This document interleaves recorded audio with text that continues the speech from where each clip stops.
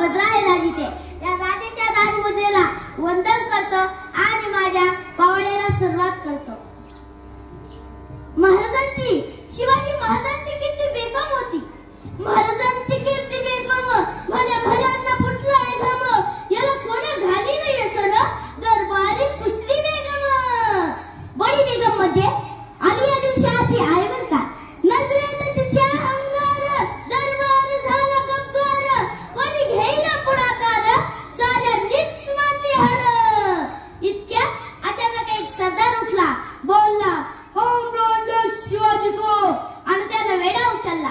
नावत्याचं अफजल खान नावत्याचं अफजल खान जिथं जगता जणू सैतान. खान बोलला छाती ठोकून शिवबाला टाकतात चिरडून. कौतिक झाले दरबारात. खान निघाला मोठ्या गुरमीत. त्याचं गोंधळ पैठण खोद फाटवले बंकळ. आगीचा हत्तीचं बळ पाहणारा काप्यात चालतं.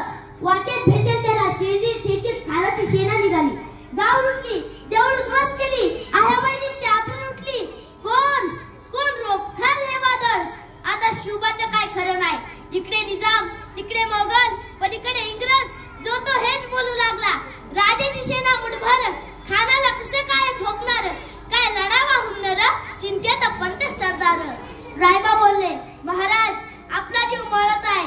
खानाचं सैन्य आफत आहे. त्याच्या समोर आपला टिकाव लागणं अवघड आहे. काही दिवसांसाठी आपण कोठेतरी अन्य स्थळी निघून जाऊ. महासाहेब म्हणाले रायबा शिवबा केवळ आमचाच पुत्र नाही तर अवघ्या मराठी जनांचा स्वाभिमान आहे. या मातेने आपला पुत्र गमविला तरी बेहत्तर परंतु भ्याडपणे पळून जाऊन या मराठी मुलखाचा स्वाभिमान गमवता कामा नये. अशा